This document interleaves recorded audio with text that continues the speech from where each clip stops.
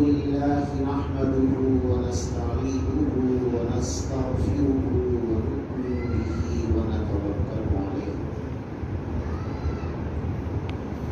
ونعوذ بالله من شرور أنفسنا ومن سيئات أعمالنا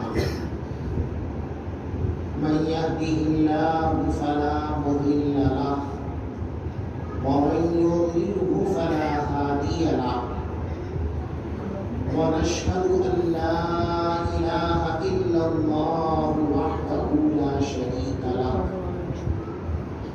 ونشهد أن سيدنا ومولانا محمدا عبده ورسوله صلى الله تعالى عليه وعلى آله وأصحابه وبارك وسلم أما بعد أعوذ بالله من الشيطان الرجيم بسم الله الرحمن الرحيم اقرأ باسم ربك الذي خلق خلق الإنسان من علق اقرأ وربك الأكرم الذي علم بالقلم علم الإنسان ما لم يعلم صدق الله العظيم بزرگان محترم، عزیز دوستوں، یہ آپ کے اور ہمارے لیے خوشی کا موقع ہے کہ قرآن پاک کی نسبت پر ہمیں یہاں جمع ہونے کا موقع ملا۔ اس لیے آپ سب حضرات مبارکباد کے مستحق، اور در حقیقت قرآن ہی وہ دولت ہے جس پر مبارکباد دی جائے۔ قرآن پاک کے حصول اور اس کے مل جانے پر مبارکباد پیش کرنا یہ فرشتوں کی سنت ہے۔ رسول پاک صلی اللہ علیہ وسلم کا ارشاد گرامی ہے، اللہ تبارک و تعالی نے زمین و آسمان کو بنانے سے 1000 سال پہلے فرشتوں کے سامنے قرآن پاک کی 2 سورتوں کی تلاوت فرمائی، ایک سورہ طٰہٰ اور ایک سورہ یاسین۔ یہ 2 سورتیں اللہ تبارک و تعالی نے فرشتوں کو پڑھ کر سنائی تھی زمین و آسمان کو بنانے سے 1000 سال پہلے، جب فرشتوں نے اللہ تبارک و تعالی سے قرآن کی ان 2 مبارک سورتوں کی تلاوت کو سنا تو فرشتوں کی زبان پر 3 جملے اس وقت آئے۔ پہلا جملہ فرشتوں کی زبان پر یہ آیا تھا، طوبیٰ لأمة ينزل هذا علیہا،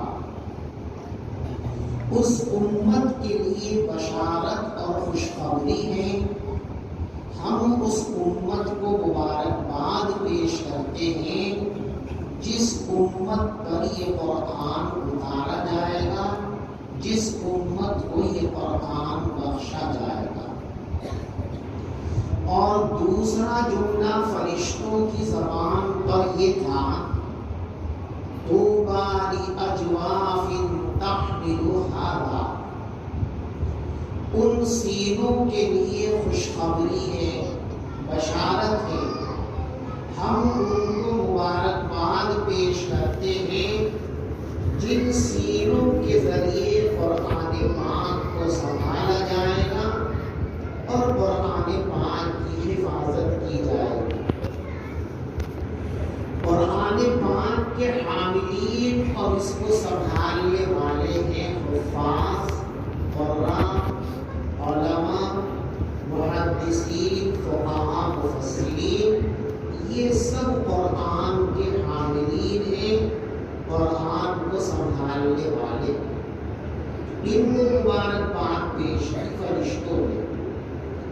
اور تیسرا جملہ فرشتوں کی زبان پر یہ تھا طوبیٰ لألسنة تتکلم بہذا او کما قال، ان زبانوں کے لیے خوشخبری اور بشارت ہے، ہم ان زبانوں کو مبارکباد پیش کرتے ہیں جن زبانوں کا انتخاب اللہ کی طرف سے قرآن کی تلاوت کے لیے کر لیا جائے گا، جن کو قرآن پڑھنے کی توفیق مرحمت کی جائے۔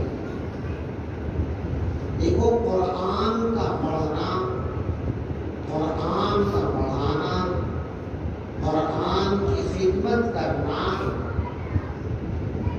یہ کسی انسان کی اپنی صلاحیت کی بنیاد پر نہیں ہوتا۔ جیسا کہ ابھی حضرت مولانا نے فرمایا، اللہ جسے اپنا بنانے کا ارادہ کر لیتے ہیں، قرآن سے کسی کو تعلق کی توفیق ملتی۔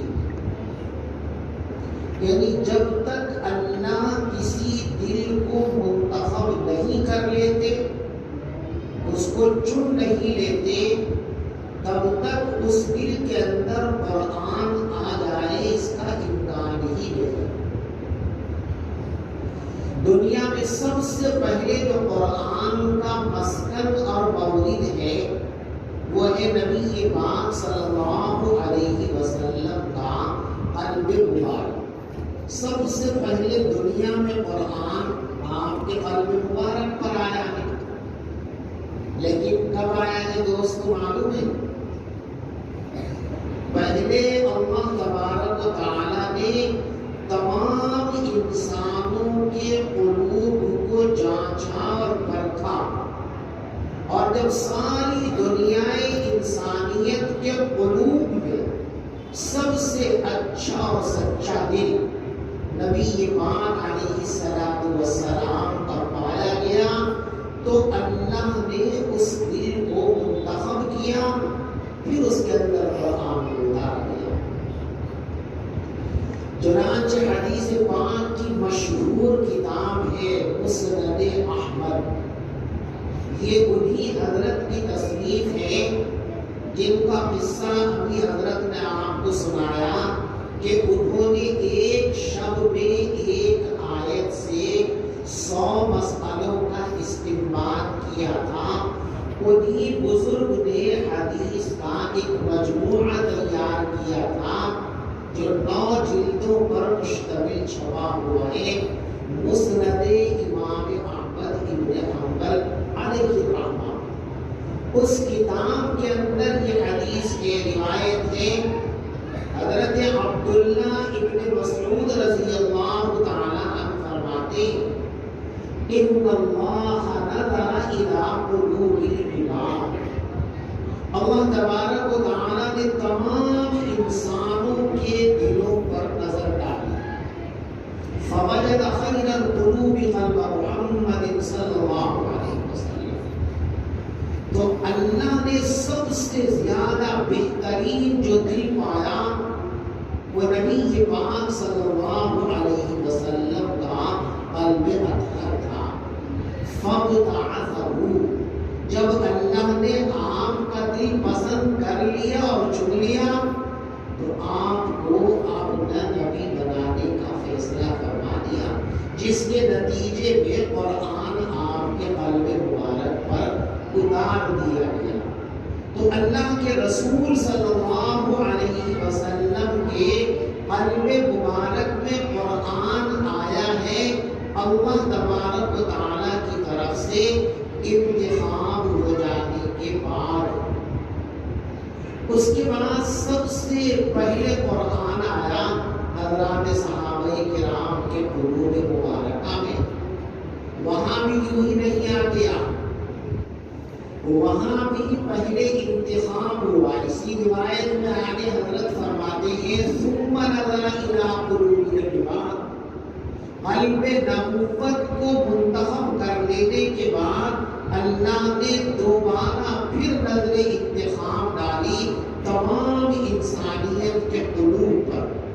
فوجد خیر القلوب قلوب اصحاب محمد صلی اللہ علیہ وسلم. تو اللہ نے سب سے بہترین جو دل پائے ہیں وہ صحابہ کرام کے دلوں کو پایا. فاختارهم لصحبت نبیہ صلی اللہ علیہ وسلم. لہذا اللہ نے ان کو اپنے نبی کی صحبت کے لیے منتخب کر لیا اور چن لیا. اس بنیاد پر وہ قرآن کے حامل بنے اور قرآن کے مالک بنے.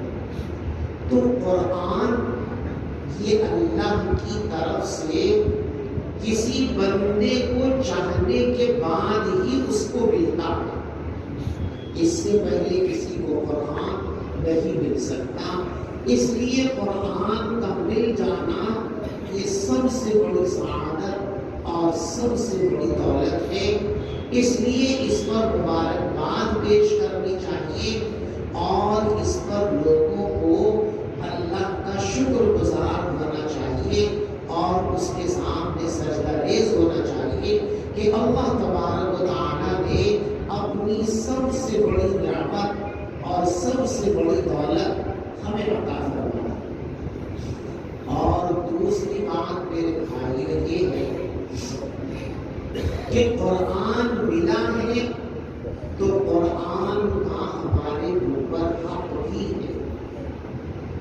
اور قرآن کے حقوق میں سے ایک حق یہ ہے کہ ہم قرآن کو جانیں، اس کو پہچانیں اور اس کے حق کو ادا کرنے کی کوشش کریں. قرآن اللہ تبارک و تعالیٰ نے دنیا میں بھیجا اور اس کے ساتھ رسول پاک صلی اللہ علیہ وسلم کو قرآن کا شارح اور مفسر بنا کر کے بھیجا.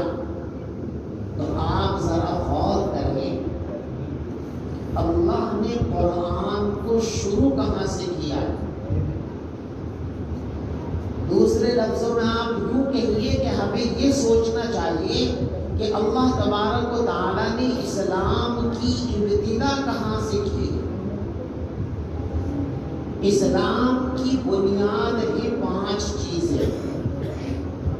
بخاری شریف کے اندر روایت ہے بنی الاسلام علی 5 شہادت ان لا الہ الا اللہ وان محمد رسول اللہ واقام الصلاۃ وایتاء الزکاۃ وصوم رمضان وحج البیت من استطاع الیہ سبیلا او کما قال.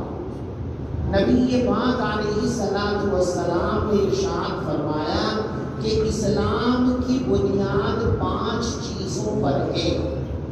نمبر 1 توحید و رسالت کی گواہی دینا. نمبر 2 نمازوں کو قائم کرنا. نمبر 3 رمضان کے روزوں کا اہتمام کرنا. زکوٰۃ دینا اور بیت اللہ کا حج کرنا. یہ 5 اسلام کے بنیادی احکام ہیں. لیکن آپ دیکھیے اللہ نے اسلام کی ابتدا نماز سے، زکوٰۃ سے، روزے سے اور حج سے نہیں فرمایا. حالانکہ یہ بنیاد ہے اور دنیا کے اندر نیچر اور فطرت یہ ہے کہ پہلے بنیاد ہی ہوتی ہے. لیکن اللہ تبارک و تعالیٰ نے اسلام کی ابتدا اور قرآن کی ابتدا نماز سے نہیں فرمائی، روزے، زکوٰۃ اور حج سے نہیں فرمائی ہے، بلکہ اللہ نے قرآن کی ابتدا فرمائی ہے تعلیم سے، پڑھنے اور پڑھانے سے.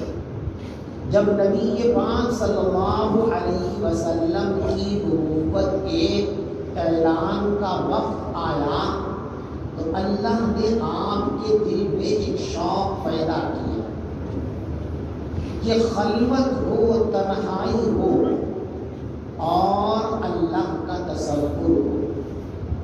خلوت میں بیٹھ کر اپنے رب کو یاد کرو۔ آپ نے اس کام کے لیے مکے کے ایک پہاڑ کا انتخاب کیا اور اس کی غار میں جا کر آپ کئی روز تک اعتکاف فرماتے تھے، چلہ کشی فرماتے تھے اور واپس آ جاتے تھے، پھر چلے جاتے تھے۔ ایک روز حسب معمول نبی پاک علیہ السلام غروب آفتاب کے بعد گھر کی روانگی کے ارادے سے اس گپھا سے، اس غار سے باہر نکلے تو جبریل امین سامنے تشریف فرمائے اور حضرت جبرائیل علیہ السلام نے آپ سے فرمایا، اقرأ، اے محمد پڑھو۔ پیغمبر علیہ السلام نے جواب میں فرمایا، ما انا بقاری، میں تو پڑھنا ہی نہیں جانتا ہوں، میں کیسے پڑھوں؟ اس لیے کہ اللہ تبارک و تعالیٰ نے اپنے پیغمبر کو دنیا میں کسی کا شاگرد نہیں بنایا اور اس کی خاص وجہ ہے۔ جو استاذ ہے اب کوئی شاگرد نہیں ہوتا، اپنے شاگرد ہوتا۔ جو کسی کا استاذ بن گیا اب اس کے شاگرد اس کے استاذ بن جائیں اور یہ استاذ ان کا شاگرد بن جائے، ایسا نہیں ہوتا۔ نبی پاک صلی اللہ علیہ وسلم کو اللہ تبارک و تعالی عالم ارواح میں تمام انسانیت کا استاذ بنا چکے تھے۔ آپ کے جو القاب ہم لیتے ہیں، سنتے ہیں، اس میں لقب کیا ہے؟ معلم انسانیت، پوری انسانیت کے استاذ۔ یہ پوری انسانیت کے استاذ، یہ جو ہم اپنے آقا کے لیے لقب استعمال کرتے ہیں، یہ خوش اعتقادی نہیں ہے، یہ تعریف میں مبالغہ نہیں ہے، جذبات نہیں ہے، یہ حقیقت کی ترجمانی ہے۔ حدیث پاک میں ہے کہ جب اللہ نے تمام ارواح کو خطاب کیا تھا عہد الست کے موقع پر، الست بربکم، بتاؤ کیا میں تمہارا رب نہیں ہوں؟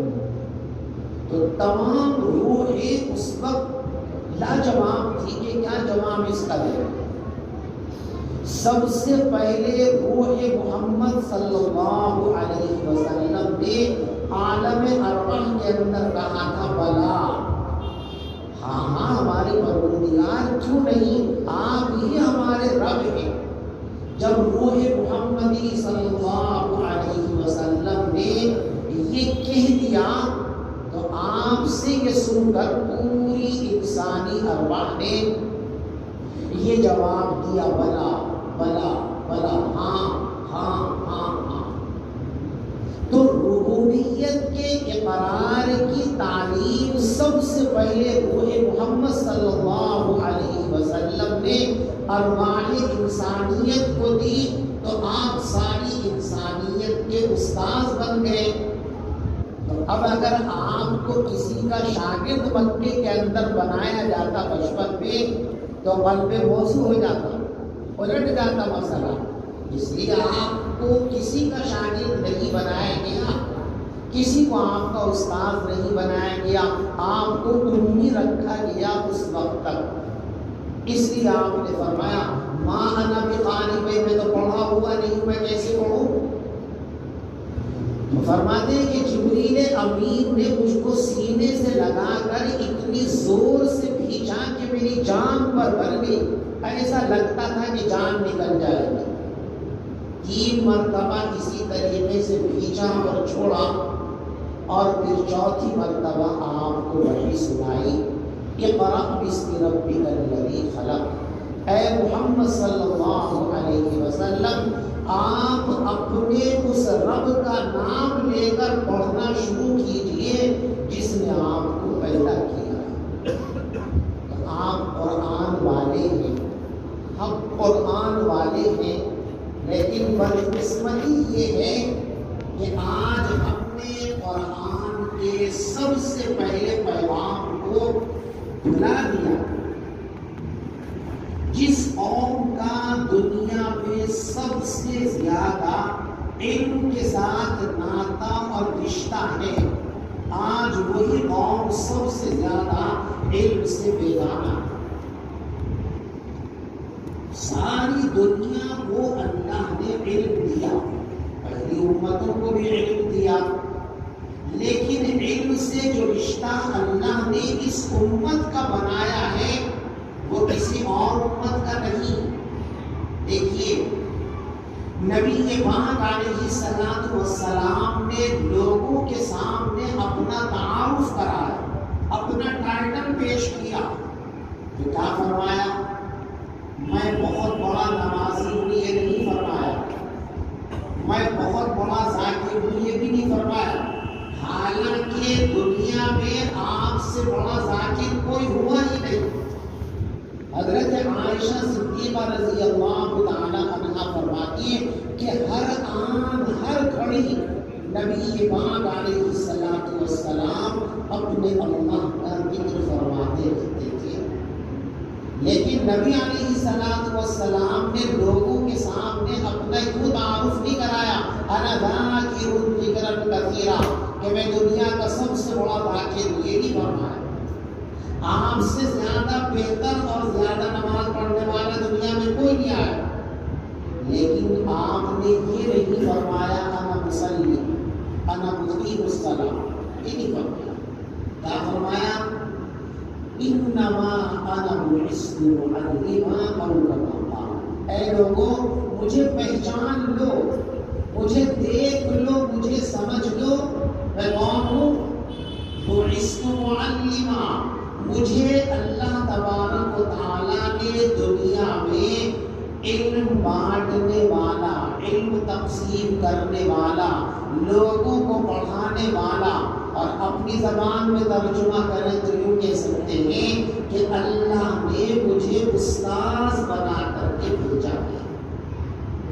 جس نبی نے اپنا تعارف بحیثیت استاذ کرایا ہو، اور جس امت کو دی گئی کتاب کی پہلی آیت نزول کے اعتبار سے علم سے جڑی ہوئی ہو کہ اقرأ باسم ربک الذی خلق، وہ قوم اگر علم سے دور ہو تو دنیا میں اس سے بڑا المیہ اور کوئی نہیں ہو سکتا۔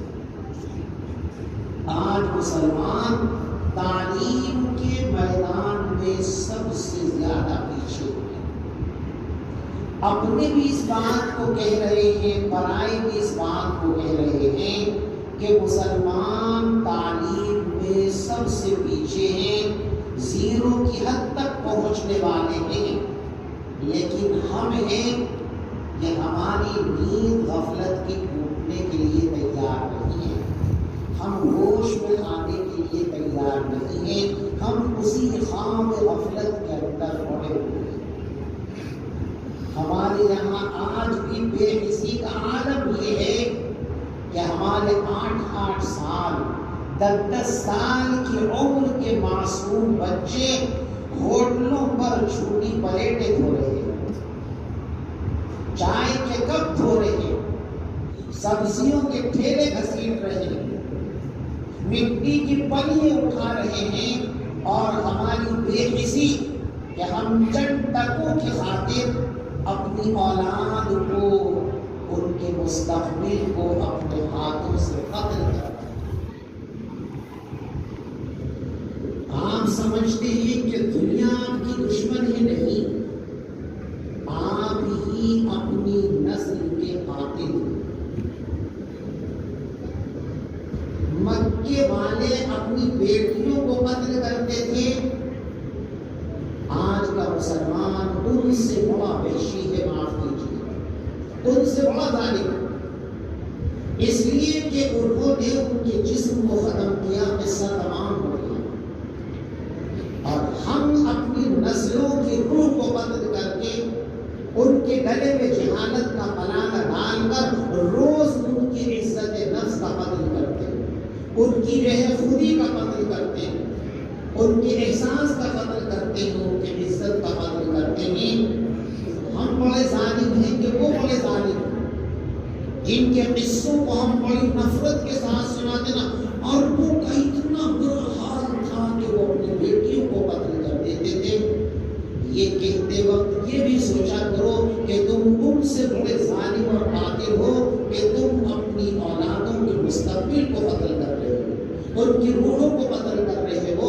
جن بچوں کے ہاتھ میں قلم ہونا چاہیے، کتاب ہونی چاہیے، کاپیاں ہونی چاہیے، آپ نے ان کے ہاتھوں میں ڈھیلے دے رکھے ہیں، آپ نے ان کے ہاتھوں میں ہتھوڑیاں دے رکھی ہیں، آپ نے ان کے ہاتھوں کے اندر جو ہے پلیٹیں دے رکھی ہیں، آپ نے ان کے ہاتھوں کے اندر دراتیاں دے رکھی ہیں، آپ نے ان کے ہاتھوں کے اندر اوزار دے رکھے ہیں، اور آپ خوش ہیں کہ ہم اولاد کو پال رہے ہیں۔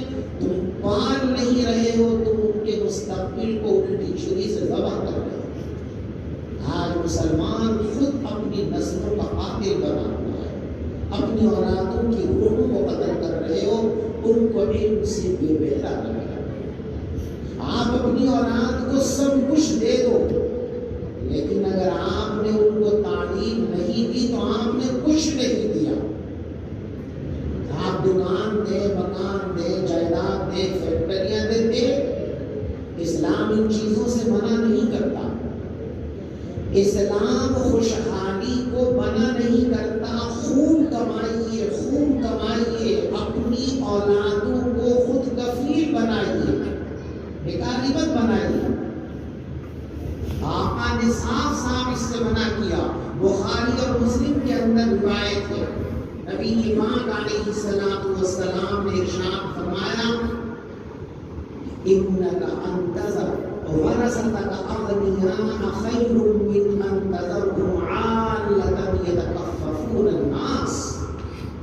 تم اپنی اولاد کو خوشحال، بے نیاز بنا کر چھوڑ کر کے جاؤ، یہ زیادہ بہتر ہے اس کے مقابلے میں کہ تم انہیں بھکاری بنا کر کے جاؤ تو لوگوں کے سامنے بھیک مانگتے ہوئے۔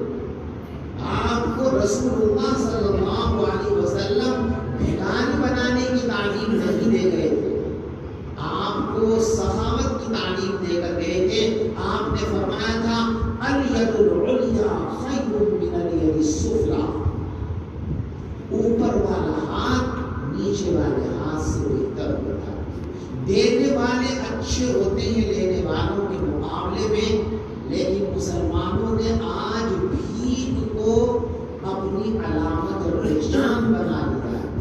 آج دنیا میں یہ تصور ہے کہ بھیک مانگنا مسلمانوں کا کام ہے، کسی اور کا کام نہیں۔ اور اس کی سب سے بڑی دلیل اور ثبوت یہ کہ دوسری قوموں کے لوگ جب بھیک مانگنے نکلتے ہیں تو آپ کا روپ دھارن کر کے نکلتے ہیں، ٹوپیاں لگا کے نکلتے ہیں، عورتیں برقعے پہن کر کے نکلتی ہیں، ان کو کھول کے دیکھو تو وہ غیر مسلم ہیں، وہ کرتی ہیں ویسا۔ یعنی ان کے دلوں میں یہ بات بس گئی ہے کہ بھیک مانگنا مسلمانوں ہی کا کام ہے، لہذا اگر بھیک مانگنی ہے تو مسلمان کا روپ دھارن کر لو۔ لوگوں کے دلوں میں یہ آپ کی تصویر خامخواہ نہیں بن گئی، آپ نے بنائی۔ آپ نے بھیک مانگنے کو، سوال کرنے کو عیب سمجھنے کی بجائے اس کو ہنر سمجھنا شروع کر دیا۔ حالانکہ آقا نے تو صاف ارشاد فرمایا، السؤال ذل، کسی سے کچھ مانگنا یہ ذلت کی بات ہے، عزت کی بات نہیں ہے۔ اور نہ مانگنے کو پیغمبر علیہ السلام نے جنت کا سرٹیفکیٹ قرار دیا۔ ارشاد فرمایا کہ جو شخص مجھے یہ گارنٹی دے دے کہ وہ اللہ کے سوا کسی سے کچھ نہیں مانگے گا، میں اس کے لیے جنت کا گارنٹی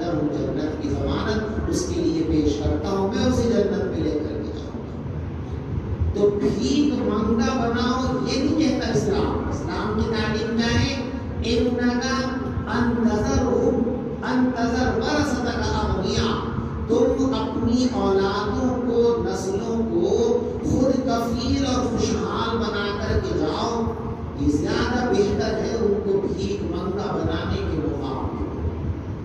پیغمبر علیہ السلام کے پاس ایک شخص آئے اور کہا حضرت مجھے کوئی ضرورت ہے، کچھ میری مدد فرما دیجیے آپ سرکاری خزانے سے، بیت المال سے۔ آپ نے اس کو دیکھا اور کہا تیرے پاس کچھ بھی نہیں ہے؟ نہیں کچھ بھی نہیں ہے۔ اچھا کیا ہے پھر بھی؟ جناب گھر میں صرف ایک پیالہ ہے، لے کے آؤ اس پیالے کو۔ وہ پیالہ منگایا اور آپ نے نیلام فرمایا کوئی ہے اس پیالے کا گران؟ بمشکل تمام اس کی نیلامی اور بولی میں 2 درہم آئے، 2 درہم کا بکا وہ پیالہ۔ آپ نے کہا کہ 1 درہم میں اپنے گھر کے لیے کچھ کھانے پینے کا سامان رکھو اور 1 درہم کی ایک کلہاڑی خرید کر کے لاؤ۔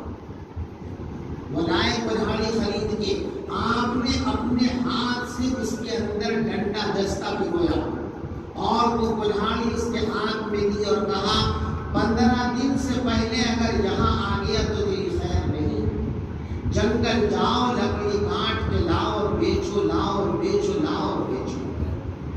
15 دن تک وہ یہ کام کرتا رہا، کچھ پیسے جمع ہو گئے، خوشحال ہو گیا۔ اب چہرے پر بشاشت اور مسکراہٹ کے ساتھ وہ پیغمبر علیہ السلام کے پاس آئے اور اپنا حال بیان کیا تو آپ نے فرمایا بتاؤ، اور تم مجھ سے مانگ رہے تھے وہ حالت زیادہ بہتر تھی یا اب یہ حالت زیادہ بہتر ہے؟ کہا کہ حضور یہ حالت زیادہ بہتر ہے۔ اسلام کی تعلیم یہ ہے اپنی اولاد کا مستقبل روشن کرو، لیکن اس کا یہ مطلب نہیں کہ بس یہ پیسے اور پیسے اولاد کا مستقبل ہے، یہ تو ایک ضرورت ہے، ورنہ تو اولاد کی اصل محبت اور ان کی اصل خدمت جو ہے وہ تعلیم و تربیت ہے۔ نبی پاک علیہ السلام نے ارشاد فرمایا کہ کوئی باپ اپنی اولاد کو بہترین تعلیم و تربیت سے بڑا تحفہ نہیں دے سکتا۔ اگر آپ یہ چاہتے ہیں کہ اپنی اولاد کو سب سے بڑی دولت دے دیں، سیدھا سا راستہ یہ ہے کہ ان کو بہترین تعلیم اور بہترین تربیت فراہم کر دیجیے۔ آپ سے بڑا اپنی اولاد کا ہمدرد اور غمخوار جو دوسرا نہیں ہے۔ اس لیے اپنی اولادوں پر ظلم مت کرو، ان کی تعلیم کا نظم کرو۔ یاد رکھو عزت جو ہر انسان کو پسند ہے اور ہر انسان فطری طور پر عزت کا بھوکا ہے۔ جیسے روٹی اور پانی کی بھوک پیاس لگتی ہے نا، ہر انسان کو عزت کی بھی اسی طرح بھوک لگتی ہے۔ ہر انسان عزت کا متلاشی ہے، چاہنے والا ہے کہ میری عزت ہو۔ لیکن یاد رکھو اللہ نے علم کے علاوہ کسی اور چیز میں عزت کا کوئی نظام بنایا ہی نہیں۔ کائنات میں کوئی راستہ اللہ نے ایسا پیدا ہی نہیں کیا جو علم کی وادی سے گزرے بغیر عزت کی منزل تک آپ کو لے جائے۔ ایسا کوئی راستہ اللہ نے بنایا ہی نہیں ہے، اور جب بنایا نہیں ہے تو کسی اور راستے پر چل کر آپ عزت کیسے حاصل کر سکتے ہو؟ عزت کا راستہ صرف اور صرف علم سے ہو کر گزرتا ہے۔ کوئی انسانی تعلیم اٹھا کر کے دیکھیے، میں آپ کو انسانیت کی ابتدا اور اس کی بیچ کی مدت اور آپ کے زمانے کا ایک واقعہ آپ کے سامنے رکھ کر آپ کو اس کا احساس دلانے کی کوشش کرتا ہوں۔ آپ کو خود کو احساس دلانے کی کوشش کروں گا کہ میرے دل کے اندر بھی علم کی اہمیت اللہ پیدا کروا دے۔ یہاں سے چلیں اپنے زمانے سے، جو لوگ 50، 55، 60 سال کی عمر کے ہیں وہ یہ بات اچھی طرح جانتے ہیں کہ ہمارے اس ملک میں ایک طبقہ ایسا تھا کہ وہ ہماری بیٹھک پر آ کر ہمارے مدعے کو چھو نہیں سکتا، ہماری کرسی اور گھوڑے پر بیٹھ نہیں سکتا تھا، ہماری چارپائی اور پلنگ پر آ کر بیٹھے اس کا امکان ہی نہیں تھا۔ جہاں آپ کا حکمہ رکھا ہے اس سے 6 میٹر دوری پر جو ہے رکنی علیہ السلام کہہ کر بیٹھتے تھے۔ یاد ہے آپ کو یہ بات؟ دیکھا آپ نے نہیں دیکھا؟ ہوتا تھا ایسا۔ اور آج صورتحال یہ ہے کہ وہ طبقہ کرسیوں پر ہے، مسند پر ہے، اور ہر طرح کی عزت ان کے قدموں میں ہے دنیا کے اعتبار سے، اور ہمارے لوگ آج ان کے قدموں میں بیٹھ کر فخر محسوس کرتے ہیں۔ ان کے قدموں میں جگہ پانے کے لیے کروڑوں روپے ان کو پیش کرتے ہیں، لاکھوں روپے ان کو پیش کرتے ہیں۔ یہ آپ کی آنکھوں دیکھی حقیقت ہے نا۔ دیکھیے سنی سنائی بات پہ تو آدمی ایک مرتبہ سوچ سکتا ہے کہ پتہ نہیں ایسا ہوا ہوگا کہ نہیں ہوگا، لیکن آنکھوں دیکھی چیز کو آپ انکار نہیں کر سکتے۔ آپ کی آنکھوں دیکھی صورتحال ہے نا کہ بالکل یوں سے یوں ہو گیا معاملہ۔ جو قدموں میں تھے وہ کرسیوں پر تھے، اور جو کرسیوں پر تھے وہ قدموں میں پڑے ہوئے۔ انقلاب کیوں آیا ہے؟ کیا اس کی وجہ یہ ہے کہ پہلے وہ لنجے تھے، ان کے ہاتھ نہیں تھے، اب ہاتھ آ گئے؟ ایسا ہے؟ پہلے وہ لکڑے تھے اور ان کے ٹانکے سلامت ہیں؟ پہلے ان کے کان نہیں تھے، اب 2 کان آ گئے؟ ایسا ہے؟ نہیں۔ ان کی جسامت جیسی پہلے تھی ویسی ہی ہے، جیسے وہ کل تھے ایسے ہیں، آپ بھی جیسے کل تھے ویسے ہی ہیں۔ فرق ہوا ہے تو صرف ایک ہوا ہے، اور وہ یہ ان کے گلوں میں جو جہالت کا طوق پڑا ہوا تھا اس کو اتار کر انہوں نے پھینک دیا اور علم کے دامن سے چمٹ گئے۔ اس علم کی دولت نے ان کو قدموں سے اٹھا کر مسند تک پہنچا دیا۔ یہ ہے علم کا کمال میرے دوستو، یہ آپ کا آنکھوں دیکھا حال ہے نا۔ جہالت لوگوں کو پستیوں میں ڈالنے والی چیز ہے، اور علم انسان کو بلندیوں کی طرف لے جانے والی چیز ہے۔ اب ذرا اور پیچھے کو ہٹیے، قرآن پاک میں بہت سارے نبیوں کا ذکر کیا گیا، انہی میں ایک پیغمبر ہے سیدنا حضرت یوسف علیہ السلام، ان کا بھی قرآن میں تفصیل کے ساتھ تذکرہ کیا گیا ہے۔ ان کے نام پر پوری ایک سورت کو موسوم کیا گیا۔ حضرت یوسف علیہ السلام کے بارے میں آپ جانتے ہیں کہ اللہ نے ایک تو انہیں حسن کی دولت عطا فرمائی تھی، اور اتنے بڑے پیمانے پر عطا فرمائی تھی کہ دنیا میں اتنا حسن کسی کو دیا ہی نہیں گیا۔ نبی پاک علیہ السلام فرماتے ہیں کہ اللہ نے جتنا حسن پیدا کیا تھا اس کے 2 حصے کیے برابر برابر، آدھا تنہا یوسف کو اور آدھا حسن پوری کائنات کے اندر بانٹا۔ ایک تو دولت یہ ملی تھی، اور ایک دولت اللہ نے ان کو علم کی عطا فرمائی۔ اب آپ دونوں دولتوں کا حال دیکھیے۔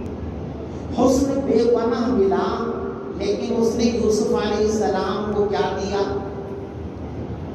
انتہائی حسین ہونے کی وجہ سے طبعی طور پر ماں باپ کے انتہائی لاڈلے تھے، تو سب سے پہلی بجلی یہ گری کہ بھائیوں نے حسد میں ان کو لیا اور اندھیرے کنویں میں لے جا کر ڈال دیا۔ حسن کا پہلا پھل کیا ملا ہے؟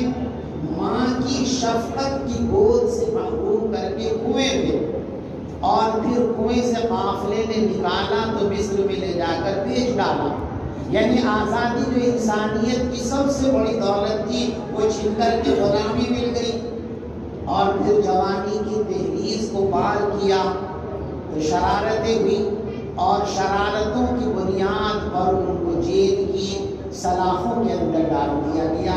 مختصر بیان کر رہا، تفصیل میں نہیں جانا، نتیجہ بیان کر دیا کہ پہنچتے ماں کی گود سے نکلے کنویں میں، کنویں سے نکلے کے مصر کے بازار میں غلام بنے، وہاں سے شاہی محل کے اندر پہنچے، اور پھر ایک سازش کے تحت ان کو جیل کی سلاخوں کے اندر ڈال دیا گیا۔ حسن نے تو آپ کو یہ دیا، جیل میں پڑے ہوئے ہیں۔ اب علم کا زمانہ شروع ہوتا ہے، علم کا کرشمہ۔ 2 قیدیوں نے خواب دیکھا، پریشان ہوئے. یوسف علیہ السلام کی بھولی بھالی قرآنی صورت کو دیکھ کر ان سے کہا کہ ہم نے خواب دیکھا، اگر آپ تعبیر بتا سکتے ہو تو بتا دو. تعبیر بتا دی. دیکھو بھئی تم میں سے ایک کو تو دی جائے گی پھانسی اور ایک کو بری ہونا ہے اور وہ بادشاہ کا ساقی بنے گا، خادم خاص بنے گا. ایسا ہی ہو گیا. بات گزر گئی. کچھ دن کے بعد بادشاہ نے خواب دیکھا جس نے بادشاہ کی نیند اڑا دی اور بہت سے لوگوں سے پوچھا اس کی تعبیر تو سب نے کہتی ہے تو عرد کی دال کا خواب ہے. قالوا اضغاث احلام وما نحن بتأویل الاحلام بعالمین. یہ تو دن بھر کے جو پریشان خیالات ہوتے ہیں وہی رات کو خواب بن کے سامنے آئیے، ان کی کوئی تعبیر تھوڑی ہوتی ہے. لیکن اس کو سکون ہی نہیں ملا. اس خواب کی تو اب یاد آیا، کہہ رہے یوسف نے ہمارے خواب کی تعبیر بتائی تھی. اب وہ بادشاہ سے کہتا ہے کہ آپ پریشان کیوں ہیں؟ آپ کی جیل میں جو یوسف نام کا قیدی پڑا ہوا ہے وہ خواب کی تعبیر کا علم رکھتا ہے. اب پوچھو.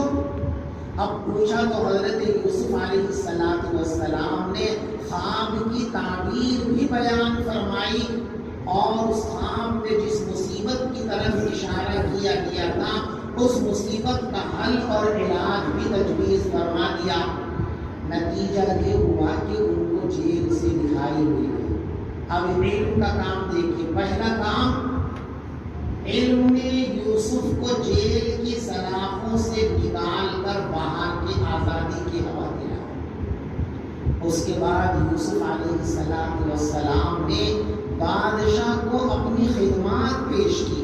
اجعلنی علی خزائن الارض، آپ مجھے خزانوں کا انتظام دے دیجیے. کیا خوبصورت بات ہے. کاش مسلمان قرآن کو سمجھتے تو کچھ جان ملتی، لیکن قرآن کو سمجھنا تو ہمارے لیے شجر ممنوع ہے.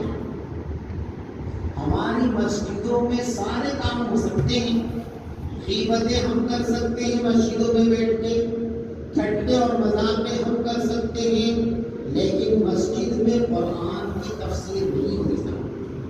اور اگر امام صاحب نے کر دی تو اگر 50 نمازی ہیں تو 6 اور 7 اور 8 سے زیادہ نمازی قرآن کی تفسیر سننے کے لیے بیٹھنے کو تیار نہیں ہے. تو کیا پتہ تمہیں چلے گا قرآن کیا ہے؟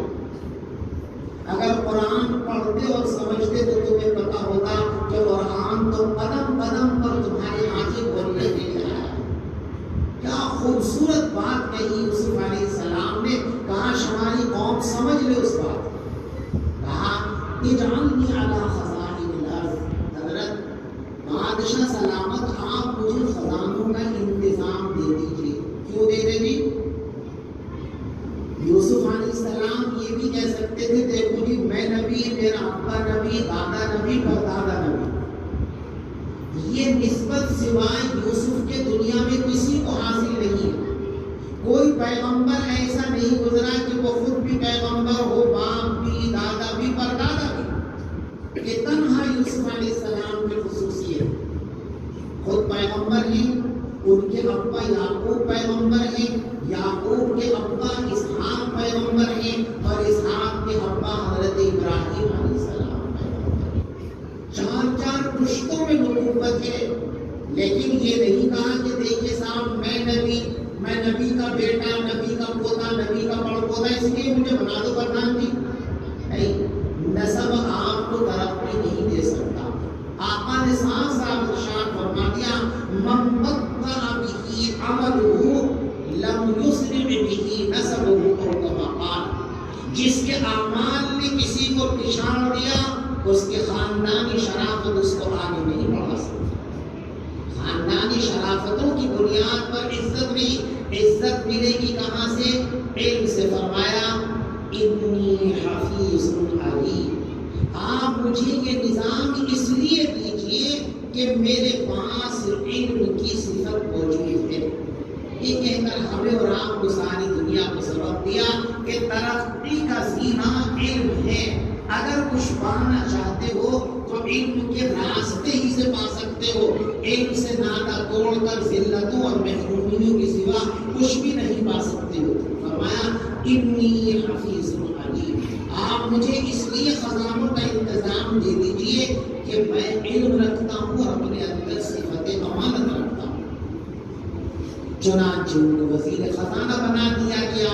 اور پھر ایک دن وہ بھی آیا کہ اسی علم کی بنیاد پر وہ سارے ملک کے مصر کے بادشاہ بنا دیے. آپ دیکھیے حسن میں یوسف علیہ السلام کو ماں کی گود سے محروم کر کے، آزادی سے محروم کر کے، کنویں کی اندھیریوں اور غلامی کی بندشوں سے گزار کر جیل میں پہنچا دیا. اور علم نے جیل کی کالی کوٹڑی سے اٹھا کر حضرت یوسف علیہ السلام کو تخت شاہی پر بٹھا دیا. اگر تم اپنے قرآن کے اس واقعے کو ہزاروں مرتبہ سننے اور پڑھنے کے بعد یہ سبق حاصل نہیں کر سکے کہ ہمیں اپنی نسلوں کو علم کے زیور سے آراستہ کرنا ہے، تو تم نے اپنے اوپر بھی ظلم کیا، اپنے قرآن کے اوپر بھی ظلم کیا. نہ تم نے خود کو سمجھا، نہ اپنی اولاد کو سمجھا، نہ اپنے قرآن کو سمجھا، کچھ بھی تم نے نہیں کیا. اور پیچھے چلیے، دنیا کے سب سے پہلے انسان کون ہے؟ سیدنا حضرت آدم علیہ السلام. اور سب سے بڑی عزت دنیا میں اللہ نے انہیں کو دی کہ فرشتوں کا مسجود بنایا ہو. فرشتوں سے کہا گیا کہ سجدہ کرو. وَإِذْ قُلْنَا لِلْمَلَائِكَةِ اسْجُدُوا لِآدَمَ. وہ وقت بھی یاد کرو جب ہم نے فرشتوں سے یوں کہا تھا کہ آدم کے سامنے جھکو، ان کی طرف کو منہ کر کے سجدہ کرو. سب سے پہلے انسان کو جو سب سے پہلی عزت دی گئی تھی کہ فرشتوں سے سجدہ کرایا گیا تھا. کیوں کرایا گیا تھا بھائی؟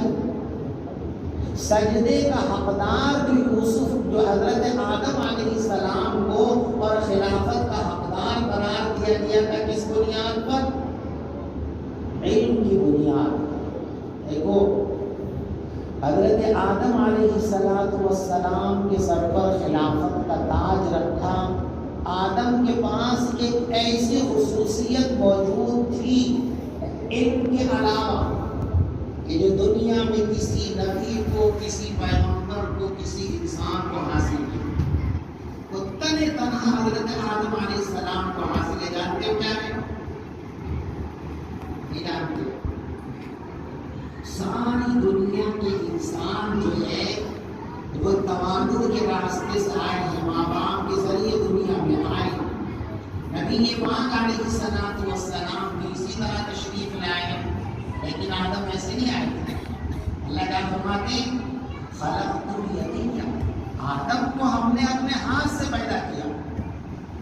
تو جب فرشتے یوں کہہ رہے تھے کہ اللہ ہمارے ہوتے ہوئے آپ آدم کو خلیفہ کیوں بنا رہے ہو، تو اللہ کہہ سکتا تھا نا کہ دیکھو بھائی آدم کی خصوصیت یہ ہے کہ آدم کو ہم نے اپنے ہاتھوں سے پیدا کیا ہے، اس لیے ان کو خلیفہ بنایا. لیکن یہ نہیں فرمایا. کیا ثابت کیا؟ تمہارے پاس وہ علم نہیں ہے جو علم کائنات ہم نے آدم کو دیا ہے. وَعَلَّمَ آدَمَ الْأَسْمَاءَ كُلَّهَا ثُمَّ عَرَضَهُمْ عَلَى الْمَلَائِكَةِ. دنیا کے سب سے پہلے انسان کو جو عزت کا تاج پہنایا گیا کس بنیاد پر؟ علم کی بنیاد پر بنایا گیا. اب بھی اگر آپ علم کی اہمیت کو نہ سمجھیں تو کس طرح سے سمجھو گے؟ بات سمجھ سے باہر ہے. اور آپ ذرا اور غور کریں میرے دوستو، جب انسان دنیا میں آتا ہے تو اس کی سب سے پہلی ظاہری ضرورت کیا ہے؟ اس کی ماں کا دودھ.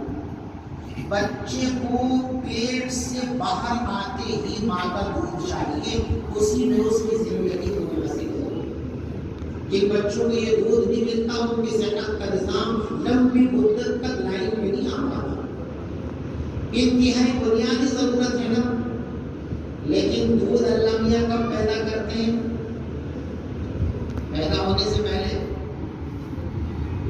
کتنی ہی تندرست عورت ہو، کتنی ہی غذائیں اس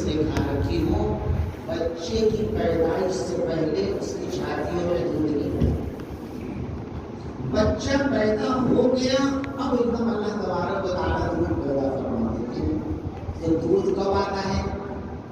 انسان کی پہلی غذا جس پر اس کے جسم کی بقا کا انحصار ہے وہ اللہ میاں دنیا میں کب دیتے ہیں؟ پہلے انسان کو بھیج دیا، اس کے بعد آیا دودھ، پہلے نہیں آیا۔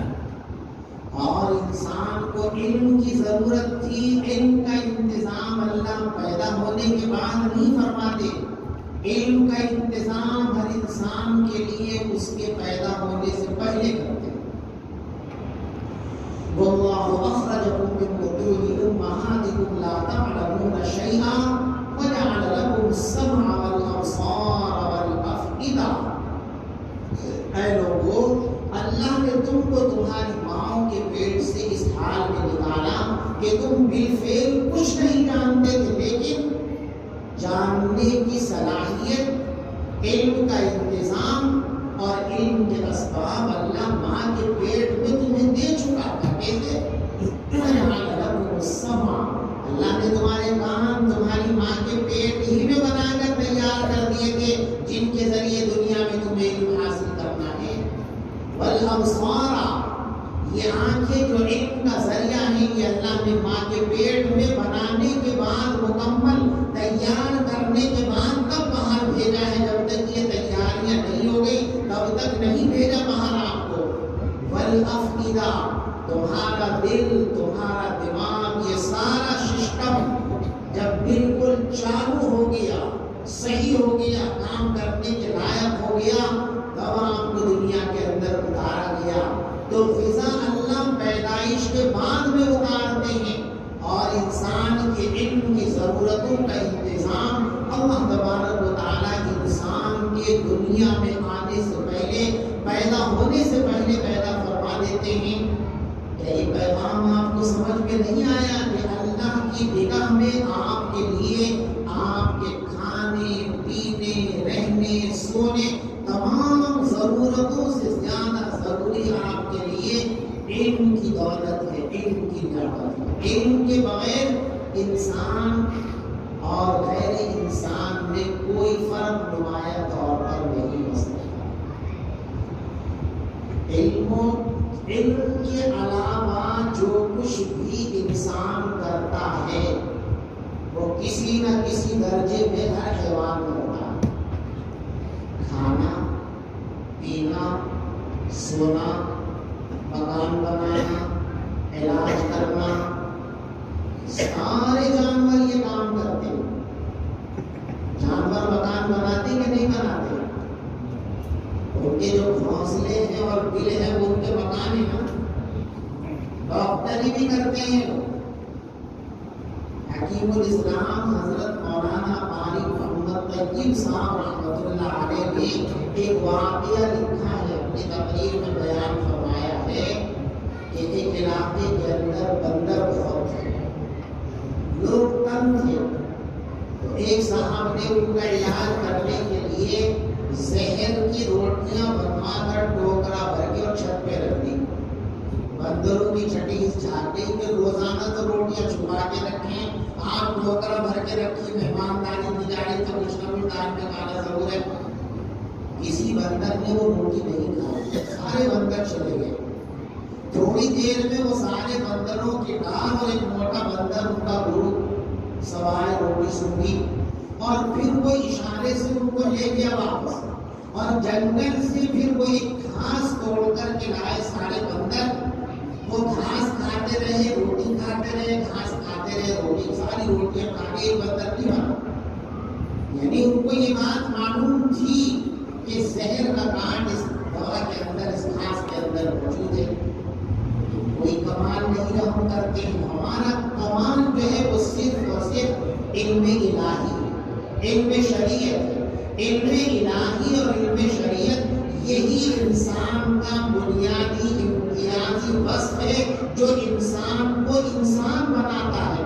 اگر انسان کے اندر سے اس خوبی کو نکال دیا جائے تو پھر جانوروں میں اور انسان میں کوئی امتیاز اور فرق باقی نہیں رہے گا، عملی اعتبار سے برابر ہو جائے گا۔ ہماری سب سے پہلی ضرورت میرے بھائیوں علم ہے، اس لیے آپ علم کی طرف اپنے آپ کو متوجہ کریں۔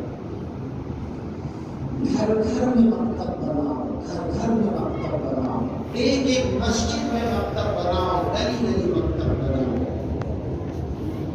یہ ہمارا فرض ہے میرے دوست۔ ہم نے یہ فکر نہیں کی ابھی تک کہ ہمارا بچہ بڑا ہونے کے بعد کیا بنے گا، کیا کمائے گا، کیا کھائے گا، کہاں رہے گا، یہ تو فکر ہے، لیکن یہ کیا بنے گا، مسلمان رہے گا یا نہیں رہے گا، اس کی ہم فکر ہی نہیں کرتے۔ جبکہ نبیوں کی سنت اور طرز یہ ہے کہ مرنے سے پہلے یہ یقین کر لو، اطمینان کر لو کہ اولاد مسلمان رہے گی یا نہیں رہے گی۔ پہلے ہی پارے پہ قرآن کے ہے نا، یعقوب علیہ السلام نے جب محسوس کیا کہ موت کا وقت قریب ہے تو اپنے بیٹے پوتے نمازیں پڑھوتے سب کو اکٹھا کر دیا اور کیا پوچھا، ما تعبدون من بعدی، یہ بتاؤ میرے مرنے کے بعد کس کی عبادت کیا کرو گے، مسلمان بن جاؤ گے یا کافر ہو جاؤ گے؟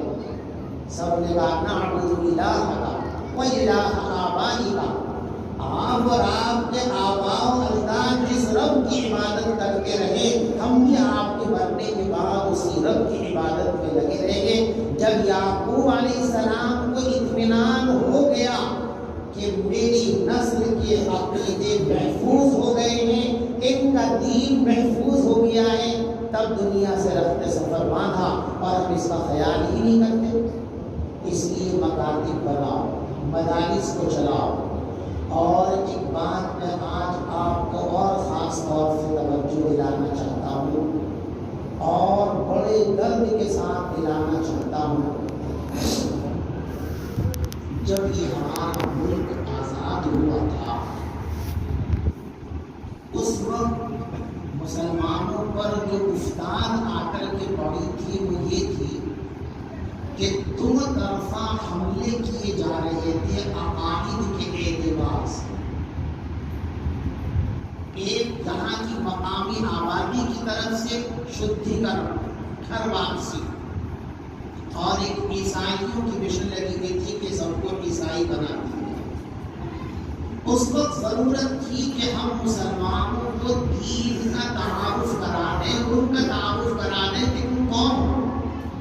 اس لیے ہمارے اکابر نے کسی حکومت کی طرف نہیں دیکھا، کسی سرمایہ دار کی طرف نہیں دیکھا، چوری پھیلا کر بھیک مانگ کر جگہ جگہ مدرسے اور مکتب ضرورت کے مطابق کھڑے کر دیے۔ الحمدللہ ہندوستان کے مسلمان بچے رہے اور آج تک اللہ کا شکر ہے نا۔ ایسا آج دور بدل گیا، آج جو ہے عصری تعلیم کے راستوں سے ہماری نسلوں سے ایمان کو چھیننے کی زبردست تحریک چلی۔ اس کا علاج یہ نہیں ہے کہ آپ تقریریں کر کے اس نظام کی مذمت کرو کہ وہ نظام بہت برا ہے، بہت برا ہے، بہت برا ہے۔ ساری زندگی تقریر کرتے رہو، تمہاری تقریروں سے کوئی اپنے بچوں کو وہاں سے ہٹانے والا نہیں۔ اس لیے خاص طور سے ذمہ دار مسلمانوں کو، علماء اور ائمہ کو یہ بات میں کہنا چاہتا ہوں کہ جس طرح ان مکاتب اور مدارس کو آپ نے صرف اپنے بلبوتے پر کھڑا کیا اور چلایا اور اپنی نسل کو دین دیا، آج عصری تعلیم کو اسی طرح اپنے ہاتھ میں نظام لینے کی ضرورت ہے۔ اس طرح مدرسے بنانا عبادت تھا اور ہے۔ میں کہہ رہا ہوں کہ آج کے زمانے میں اپنے بچوں کے لیے اسلامی ماحول میں عصری تعلیم گاہوں کا قیام کرنا بھی عبادت ہے، اس لیے کہ ارتداد سے نسلوں کو بچانا فرض ہے۔ اور جو مرتد بنانے کی زبردست مہم چلی ہوئی ہے اس کو تقریروں سے نہیں کاٹا جا سکتا، اس کو تحریروں سے نہیں کاٹا جا سکتا۔ جس طرح سے معاملہ ہو اس کا دفاع اسی اعتبار سے کیا جاتا ہے۔ خوشحال اسکول بنائیے جہاں آپ کی تہذیب ہو، آپ کا تمدن ہو، اور دوسروں کے اسکولوں اور کالجوں کے مقابلے میں آپ کا ڈسپلن اور آپ کی تعلیم سے 21 ہو، تو آپ اس فتنے کو قابو کر سکتے ہو۔ ورنہ یہ فتنہ ہمارے گھروں سے، ہماری نسلوں سے ایمان کی دولت کو لے کر چلا جائے گا، اور شاید پھر ہماری نسلوں کے اندر کلمہ پڑھنے والے لوگ پیدا ہوں، اس کا امکان بہت کم رہ جائے گا۔ اس لیے دینی تعلیم پر بھی اپنے آپ کو مٹا دو، اور دنیاوی تعلیم اسلام کے ماحول میں انتظام کرنے میں اپنا سب کچھ لگا دو۔ اگر تمہیں اپنے مکانوں کو بیچ کر جھوپڑیوں میں رہنا پڑے تو اپنے مکانوں اور کوٹھیوں کو بیچ کر اپنی بچیوں کے ایمان کو بچانے کے لیے اسلامی ماحول کے کالج ان کے لیے بنائیں۔ جھوپڑی میں تمہاری بے عزتی نہیں ہوگی، لیکن محلوں میں بیٹھ کر تمہاری بیٹیاں اگر دوسروں کے ہاتھوں میں ہاتھ ڈال کر جائیں گی تو کہیں ڈوب مرنے کے لیے بھی مقام نہیں ملے۔ مکان بک جائیں، دکان بک جائیں، تمہیں فاقے کرنے پڑیں، اسلامی ماحول کے مطابق اپنی بچیوں کے لیے، اپنے بچوں کے لیے دونوں طرح کی تعلیم کا انتظام کرنا اس زمانے کا یہی سب سے بڑا ثواب ہے، اور یہی اس زمانے کی سب سے بڑی عبادت ہے۔ جلدی سے جلدی اپنی آنکھیں کھولو، ورنہ دیر اتنی ہو چکے گی کہ پھر ایمان کی دولت کو اپنی نسلوں کے اندر دیکھنا یہ ہمارے لیے خواب بن کر کے رہ جائے گا، اس کو کبھی ہم حقیقت کے روپ میں پا نہیں سکیں گے۔ اس لیے میرے دوستو، تقریریں تو آپ سنتے رہتے ہو، میں تقریر کرنا نہیں چاہتا، بس آپ سے صرف یہ گزارش کرنے کے لیے آیا ہوں، یوں کہیے کہ آپ سے یہ چیز مانگنے کے لیے آیا ہوں۔ کچھ بھی آپ کو کرنا پڑے، تعلیمی اداروں کی اتنی ضرورت ہے کہ اس وقت سانس لینے کی جتنی ضرورت ہے اس سے کچھ کم ضرورت اپنے تعلیمی اداروں کی نہیں۔ اس لیے زندگی چاہتے ہو اور عزت کی زندگی چاہتے ہو اور ایمان کی زندگی اور ایمان کی موت چاہتے ہو تو تعلیم کے دونوں محاذوں پر کمر بستہ ہو جاؤ، کھڑے ہو جاؤ۔ یہی سب سے بڑی عبادت ہے، یہی سب سے بڑا آپ کا پیغام ہے۔ خدا کرے آج ہماری امت اس پیغام کو سمجھ کر جلد سے جلد اس کے عمل پر آ جائے۔ آمین و آخر دعوانا ان الحمد للہ رب العالمین۔